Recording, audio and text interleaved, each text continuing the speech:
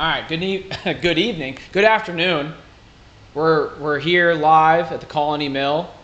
We got Dylan Patrick Ward in the house, and we're doing our first in-person interview on the show, and I'm really excited about it. Oh shit! I gotta mute my phone.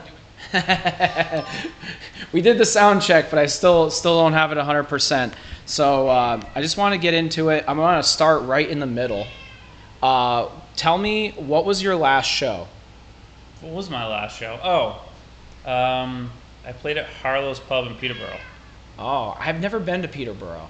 How was You've never that? been to the town of Peterborough? Actually, I know it's nearby Keene, but yeah, it's kind of like, I feel like it's Keene's like sister city or town or whatever. Okay. I just went to Troy for the first time to see, they had fireworks the week after July 4th, the makeup for losers like me that didn't get out of the house. So that was nice. I did that with Kane and his family and whatnot. But I've never made it to Peterborough. But what was the venue like? It was sick. It was like a little, it was like a local pub, sort of like a bit of a narrow room where there's the bar on one side and there's some tables and there's a stage. It was cool. It's kind of like the perfect vibe. I played at like a lot of different places, from coffee shops or church basements and stuff, but I always think my shows go better places where people are drinking. Yeah, I have to say, like, my favorite, I mean, I've been to a bunch of your shows, but my favorite one was the one here in Keene at the Nova. Yeah, that's like a perfect, because the songs are can be a little naughty, and there's a lot of like humor in them, so I think it's better if people can have a couple of drinks. Get loose. Yeah. So it was kind of perfect because there was like an area for a crowd, and there was people there that were sort of interested in the show and listening, and more of a crowd, and then there's just kind of people in the back doing bar stuff. So it was kind of a nice mix of the two. So I liked it. Nice. I would definitely go back anytime. Another thing that I've been curious to ask you, and I was kind of waiting till now to ask you, is there a new album coming on the horizon? Are you writing stuff? Are you putting stuff together? Like, give me an update on that. 2 weeks from now, I'm driving out. Maybe I won't say where it is. I'll be mysterious about it. But I'm driving out somewhere to start working on a new album. Sick. Undisclosed location. Nice. And I guess I'll tease it a little bit more. The plan is to have this one be like a little bit more like bluegrass instrumentation. Mandolins. I would love that. Fiddles, I'm such a big bluegrass fan. Stuff like that. Like, I don't really write bluegrass music, but it's going to be those kind of instruments. Oh, so new collaborators. Yes. Oh my goodness. Yeah. Because that was actually going to be another one of my questions. Probably nobody that's recorded with me before. I mean, maybe we'll get somebody in just. That's crazy. We're getting new content. So, because I also wanted to, for those listening, Dylan is a solo singer-songwriter. He plays guitar, sings, writes his own music. But he also has a band, the Lovable Losers. Well, I did have the band doesn't exist anymore. Oh, I'm just he did have strictly a band. Solo now. But that was kind of an interesting curveball. But that's why I was I liked that collaboration time. But I was also wondering about the new collaboration. We already got into that. The band was a limited. That was for making an album. Okay. And then we played some shows around the time that the album came out. But it wasn't a permanent. No. arrangement. Okay. Yeah. But I think all those guys are great, and I just with all the other musicians that I follow, I'm always taken with the novelty of new collaborations, new stuff. So that's why I was oh, you're getting on bluegrass, that's like Christmas, dude. It's like Christmas actually. So super pumped about that. I had certain kinds of albums planned out that I wanted to do, and this was a big one. I wanted to do. I'm just gonna jump over to this view. Sure. I wanted to do one that was more country folk bluegrass style of instrumentation, because I've done the Lovable Losers album was kind of like a 90s indie rock type album. Right. And then the last one that I did at the end of last year, Near Dwells, was kind of more of a more polished singer-songwriter album. So this one I wanted to do something that was a little more country bluegrass. Oh, I love that, because I'm such a big Billy Strings fan. Mm-hmm. I'm actually trying to take the boys to see him in November. He's going to be in Albany. I try to see him at least once a year because he's just ridiculous. But anyway, so now we've kind of broken the ice a little bit. Let's you want to try and pop. I don't know what the logistics are with that arm there, but we can like pull out a chair. We can move things around. I want to get a song going. Sure. Yeah. If you want a chair, I can move this and get a chair. Or do you want to? You can just run it live on. If we can get the guitar in frame here. That's right. We can.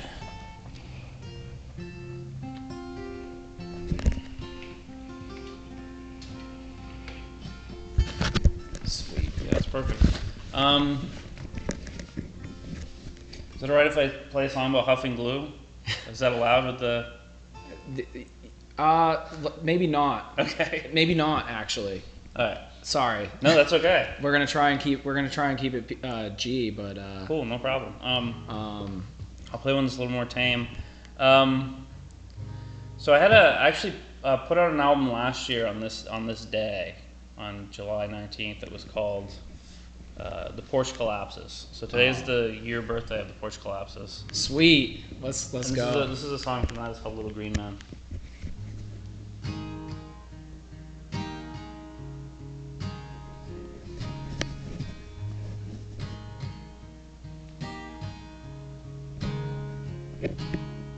Dad was in the army and your mom dropped out of college. You're working at a hotel, living at your dead aunt's house. You got a 4-year party and a whole lot of useless knowledge. You're one bad day away from emptying your bank account. Money's tight, but you're always at the bar. Those are UFOs, not shooting stars. You're a real nice guy and everyone seems to like you. You're not bad looking and people always say you're smart. But there ain't much about life left to excite you. You got a new beer belly, gray hairs, and a broken heart. Hold your breath every time you start your car. You get upset every time you can't see Mars.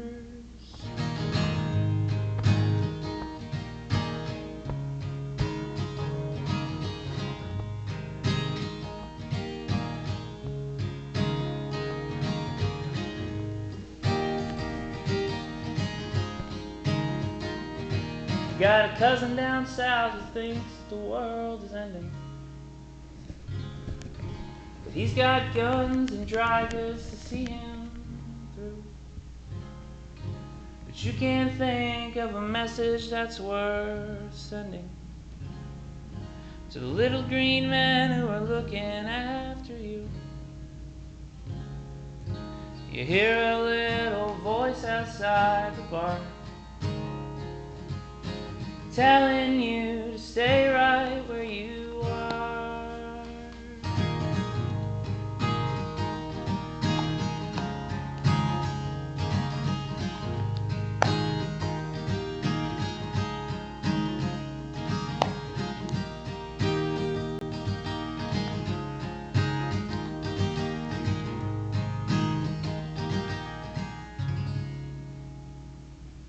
Hell yeah.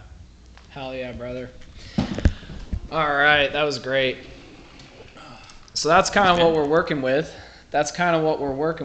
So let me get the camera adjusted again. This. Yeah, it looks like our view is lagging a little bit. Yeah, if we're behind by a few seconds. That's how it's intended. That's actually the low latency mode. Okay. But there's like a high latency mode, like when you don't want people to screen peek. You know, when you're playing like GoldenEye and whatnot. Gotcha. But so anyway, we talked about collaboration. We talked about new writing. We talked about your last show. So now my plan was to cut right into the middle, but now like I want to jump back to the past. Okay. So give us the origin story of the Dylan Patrick Ward Music Project. Oh man. I guess it started kind of in 2018 is when I started really writing songs in earnest. Yeah. I had written some songs before then sporadically, but 2018 was when I was like, I want to be a songwriter. I want to figure out how to do this. Yeah. And it was kind of like a quarter life crisis. I was about 25. I came out of college with the intention of trying to like do stand-up comedy and write fiction, and I hadn't really like been doing any of that, and I decided it was time to really get out there and try to do something in the creative world. And I went to see Sturgill Simpson up in Shelburne Farm. Is that the name of the place? You know what I'm talking about? I've been there, like with the museum and stuff. Yeah, the Shelburne Museum. Yeah. With a couple friends of mine, and we made a pact that night while we were at the show, like in the throes of just the excitement of the show, that we were gonna start like a country band. And the band didn't really last, but it got me started with the writing of the songs and stuff. It's like kindling. And then a couple of years after that, I just started putting stuff online. And then a couple of years after that, I started playing shows around 2022. Okay. Trying to get out there and figure out where to play. Right. But you've been busy a lot lately the last couple of years, right? Like. Yeah, this year in particular has been like I definitely feel I'm getting out there a lot more. I've got more shows in Boston area and upstate New York, going to Burlington more often. Stretching the sphere of influence just a little bit. Yeah, I kind of set out with a map to begin with just to keep it manageable and not overwhelming. And that was kind of the map that I wanted to establish connections in was, Boston, Albany, Northampton, Burlington, and then kind of anything in there. Right. And I feel like that's kind of been accomplished. I have connections in all those places, so I'm trying to deepen my connections there and also slowly grow out. Settle the wilderness. Yeah. But so back to what you were saying about getting started and like trying different things and wanting to create, but then like finding roadblocks. Mm-hmm. That's also something that I've found like kind of with creative stuff, and I've talked about like with my friends, is like what we have to do like when we're exploring creativeness is like it's like imperative actually to not just do what you want, but like find the thing that has the least amount of resistance. Yes. Because it has to be sustainable. I know what you mean. Yeah. So like anything that is not going to work, we don't have to get disheartened by it. It means, okay, just go in another direction. Mm-hmm. Because we know what we want to do. It's just figuring out the form. Mm-hmm. The form. Like you said, like you try the stand-up comedy or the writing. It's like same kind of thing. Like I've tried writing, I've tried this, and like you have to find the thing that like feels natural to do, like almost on a daily basis. Yeah. And that's how you know. That's the litmus test of like how you know that you've arrived. Yeah, songwriting was the one that was the most natural, and it's kind of silly that it took me so long to figure it out because it just makes so much sense. It's like I already knew how to play like a few chords on the guitar. I already knew that I liked to write. I already knew that I could perform and sing. It's like right here. And it's like right here, dude. I don't know what, like all my friends in high school and college were musicians. And so I don't know what, maybe it was a resistance to it because it was the obvious path. Right. A lot of times like, we get wrapped up with like identifying. Yeah. For good or bad, but like as soon as you like if you get stuck up on like, well, I'm not a writer, or you say like I'm not a musician, well then you'll manifest that into being. Mm-hmm. And likewise the other way, sometimes people just they just identify with it and they just go, and so the mind is like a really weird thing like that, where like your perception really kind of like creates reality, and you can kind of just speak things into existence. Yeah, there was all these. Another thing was I always felt like, oh, my guitar skills aren't good enough to be like a songwriter. Like I have to be really good at guitar, even though a lot of the songwriters I like are pretty mediocre guitar players. Sure. But I just had this weird block about it. And what I've noticed is most human beings respond more to lyrics than music. Yeah. You know, like take for example, like when I talked to like my uncle, for example, he's like, I don't even hear the music 90% of the time. He's like, I'm only listening to what they're saying. And like that's very different. I'm kind of like a weirdo where like I would say it's much more natural actually for me, especially if someone's voice is not very clear, like they don't really enunciate so much. I will focus way in on like just the music, and I'll be like, I like that song, and they're like, well, what was it about? I was like, I don't know, I just know how it made me feel. Well, you like a lot of like non-vocal instrumental music as well. Right. But that's very kind of like atypical. I'm saying like most human beings respond to the human voice. Yeah. So back to what you were saying about your like the feeling like, oh, I'm not a good enough guitar player. It doesn't matter. Yeah. It doesn't matter. I think. Yes, that was just. I mean, I had all these roadblocks and stuff that prevented me from getting into music earlier, which I sometimes regret because it would have been easier to. I would have felt less pressure if I had started earlier in terms of like trying to get to certain career milestones. But on the other hand, it did give me things to sing about. The fact that I had lived some life. Right. And had some like failures under my belt, disappointments. That's the thing that I like about it. It gave me a subject matter of like, oh, a lot of people feel that way about life. A lot of people are like getting into their 20s and 30s. After you have some shit figured out. Yeah. Like, then you can reflect on it. Or gotten kicked around by life a little bit as well. Yeah, versus like just kind of being in it and kind of being still confused by it. Yeah. It's like you can kind of have like a retrospective. Any songs I would have written as like a 19-year-old would have been really stupid. I know, because the one that got nuked on Facebook, we won't talk about it. But like, so I know all too well. Like, so I am glad I waited. It actually probably happened at the right place at the right time. I'm glad I waited to have a more mature, right, hopefully perspective on life before I started really putting music out into the world. Right, and yeah. So quick side note, if anyone's ever curious, I'm going to put the link to your Spotify. And Spotify's I know good, Spotify, and then if you want to follow on Instagram, that's also going to be in the description. And I don't know if you like what else. There's an email list.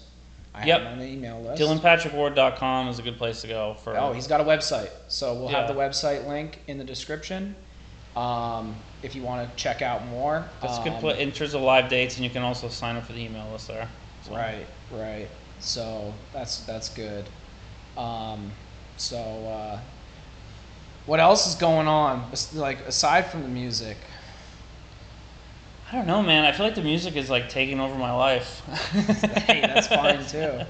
That's fine too. I'm trying to figure out like, I'm sure this is a problem everyone has that tries to work for themselves or put together some kind of thing like this, is that it could theoretically take over every minute of your life. If you let it. Because you could always be checking emails or working on stuff.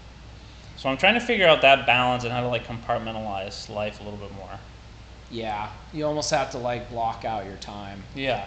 I've definitely noticed that drift, like, now I'm in my 30s versus like when I was in my 20s, it was just full-blown chaos. Yeah. Now it's like I have to actually use my Google Calendar and color code things, and because there's just so many moving parts that if you want things to happen, that's kind of how you have to do it.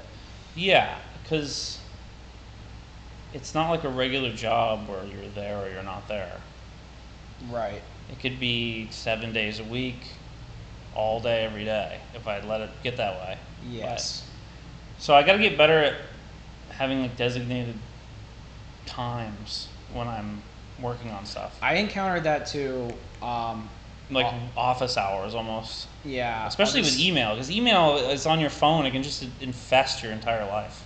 Yes. And everything I do is through email mostly. So, and if it's not email, it's like some Facebook messages coming in or text coming in about shows. There's like all these different, and it's signals. All good. I'm glad it's coming in. It's right.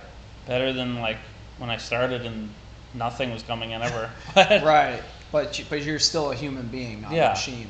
Like I want to just be able to watch a movie and not have like. Yeah, one of the things that I actually turn do, off that other stuff. Like when I'm streaming or like when I'm watching a movie, is I literally turn my phone off. Yeah, that's a good It's call. like I'm like, don't have to get like antsy about it. I'm like, I'm only doing it for a couple hours. I know. Like the world won't come crashing down if I power this thing down. Right. But there's still, because of the way we're conditioned, it's like, like Yeah, there's like going to be my an phone, emergency, my and I'm not phone going to is be like available. an extension of my brain. Yeah, Like, I know. So, and we're getting closer to that, So we gotta. I agree with your sentiment that we have That's to. a good idea, though, We turn have the to phone balance. off. Just you're like, I can turn it on when Yeah. when I'm done with the activity. Because what's going to happen? Like, if there's an emergency, yeah, like, I don't know, especially if my wife's at home, it's like, all right, she's fine. She's Right. at home. She's in, Yeah, I don't know, my parents, like, they can text her if I'm not answering, I guess. Like, if it's really an emergency. that's right. Benefit of two people in the house. Yeah. So And how often is there an emergency? Like, what am I going to do? I'm not a firefighter. What am I going to really do to help in the moment, anyways? if it's news, you can, personal news, you can get it in 2 hours. Yeah. It's not that, like, no one's gonna fault that. If it's Mhm. like 2 days, 2 weeks, 2 years, like they'll be like, what's going on? But like 2 hours, no one cares about 2 hours. That's true. So that's why I just started doing it, and it's nice because then you don't. I feel like even when it's not buzzing, and you have it on, it's taking up a fraction of your attention. It is, because you're listening for it. I know. That's crazy. So you literally have to get that quiet. You actually have to just turn it off. I know. I do. So- I'm a little nostalgic about the days before smartphones, for sure. Yeah. I mean, GPS rules. Spotify's great, but Right. I could kind of. I do think about sometimes. I try to come up with schemes for how I could get rid of it and go back to the flip phone. Right. I It's had like, to do if that I could get for a GPS, like a TomTom thing, and if I get some other way to listen to music, because I don't have like a CD player in the car anymore. So I could did maybe that figure it out. when I was a broke college student and I had to work full time and school full time. I had to strategically get rid of my smartphone because I had razor thin margins for my attention. Yeah. So like I actually did what you said. I had a Garmin GPS and a flip phone, and that was the only way to maintain. And then like, because that was to maintain like an 80-hour a week kind of schedule. Yeah. I had to. It was the only way. And Sounds nice. Yeah. I don't know. How did you find it? How was the experience?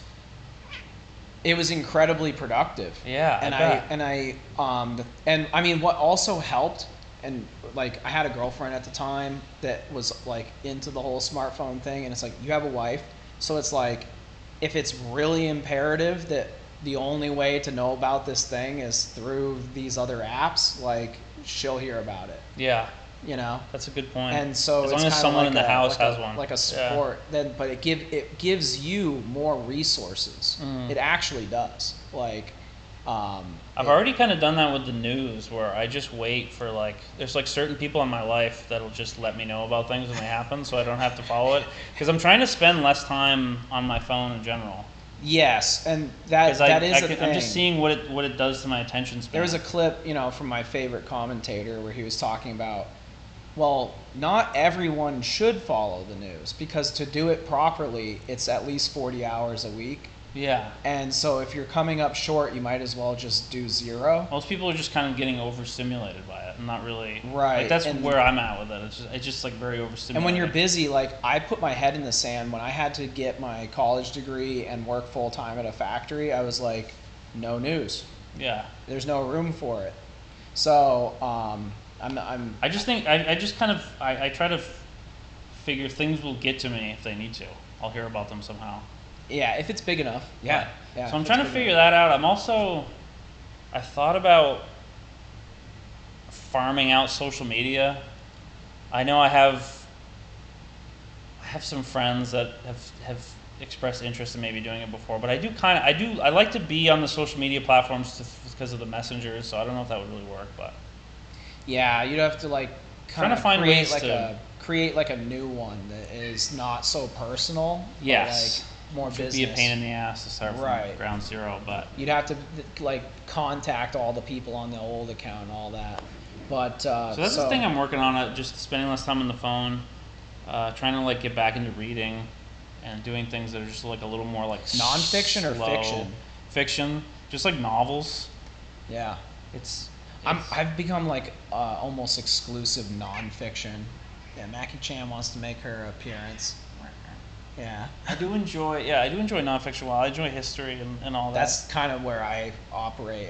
I'm obsessed with history, but I find my mood is so much more relaxed if I've like spent the day like reading a book rather than spent the day. And it's also good for broadening your attention span. So like I was reading a study where like watching shorts, like actually gives you like more ADD.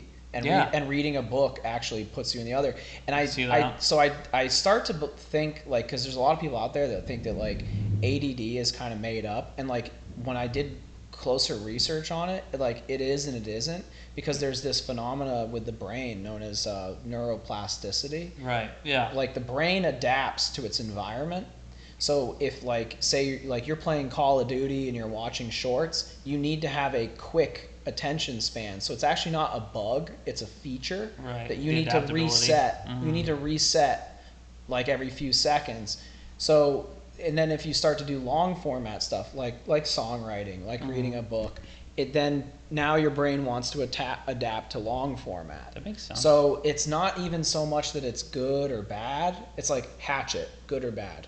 Well, what are you using it for? Are you using it to comb your hair? Or are you a juggalo? Right, exactly. Or are you using it to chop firewood? It's like, so they're like, these are all just judgments. So back, what I was saying is like, we judge ADD like it's a bad thing. Right. But you probably just through your habits needed to have a quicker attention span that resets more often, and then someone that reads a lot and writes and stuff, that it needs to be broader. It makes sense that a book would, like sitting down and reading a book would kind of send signals to your brain that like everything's okay in your environment because of what you're doing.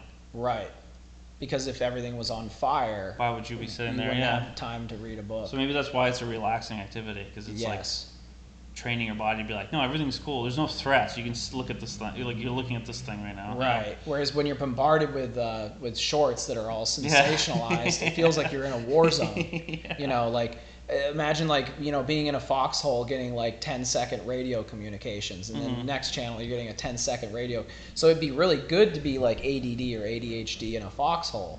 But like if we're at peace, it causes I think it's a defense mechanism. Yeah, that makes sense. It's to survive. Sure. But I think when everything's chill, that's when you get the dissonance of like, I've got this short attention span, but everything's moving slowly. And so there are ways to, because the brain just adapts. And the brain eats with its eyes, is what I've heard. So it's like, so when you eat things that are slower and more peaceful, the brain will then follow suit, and so on. So yeah, I'm just trying to take care of my mental state, make sure I'm clear-headed enough to write as well. Yeah. But just for life as well. But in terms of creativity, it's hard to be creative when your brain is just like jammed full of all this crap all the time. You can't really access your deeper like emotions and ideas about stuff. So right. And in terms of having like fresh ideas that aren't just regurgitating something that you heard somewhere else, it's good to have some like quiet and so you can think. On that note, what do you say another song? Let's do it. Yeah. Let's do another song. Let's do I'll do my signature, what's kind of become my signature song. Hell yeah. Get this perspective right here.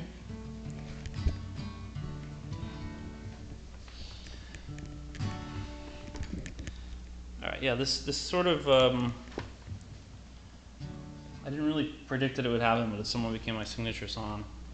It's the most popular in terms of streaming and also like live reactions. So it's called the Cat Song.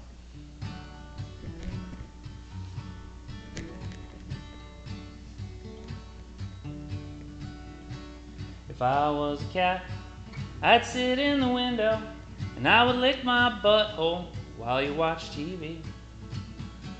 If I was a cat, I'd sit down beside your head and lick the space between my toes when you were trying to sleep. And if I was a cat, I'd lay down by the door and and look up at you with sad eyes when you tried to leave.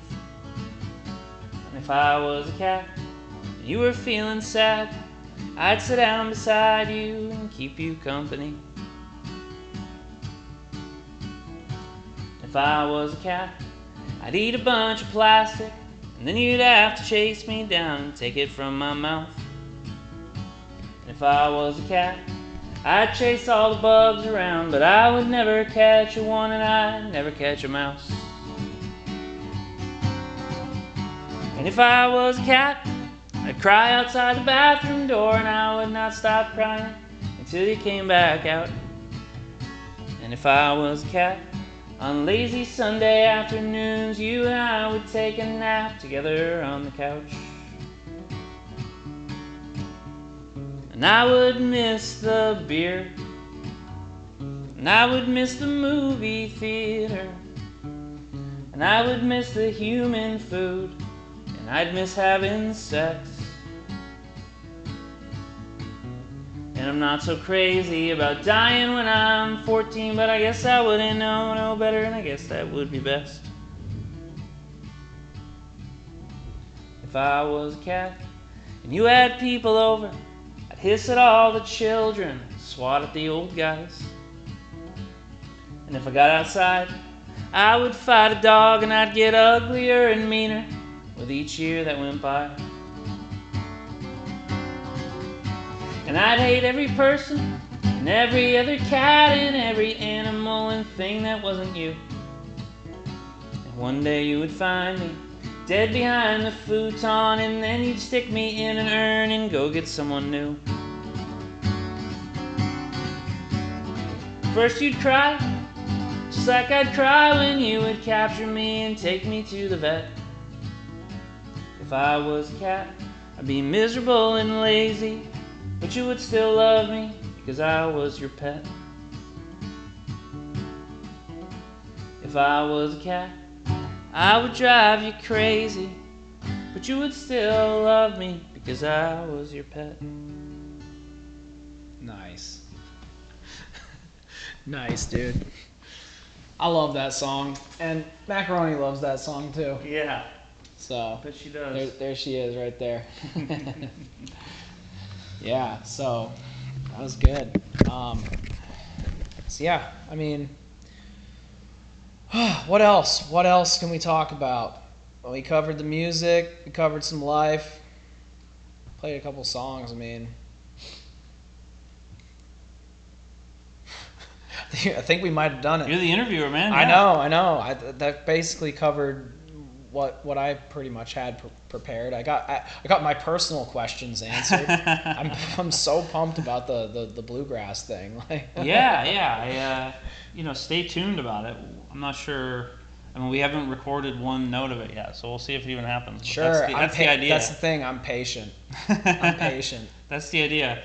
I mean, I've been pretty good about releasing stuff. If this comes out next year, say, I don't know if it will, but if it comes out next year, that'll be like 4 albums in 5 years. So I'm pretty quick about.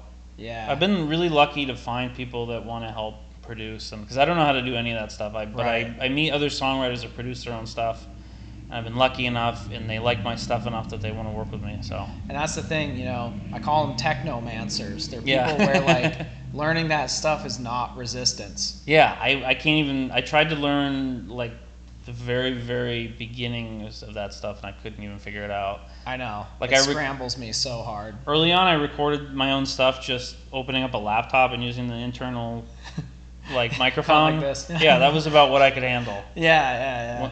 But luckily, there's people out there that have a brain that can wrap their head around that stuff. Yeah, the affinity. And it's nice. It's cool to work with these people that are sort of doing it themselves in their house with technology.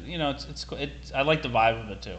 Yeah. I like the kind of homebrewed organic vibe. Yeah.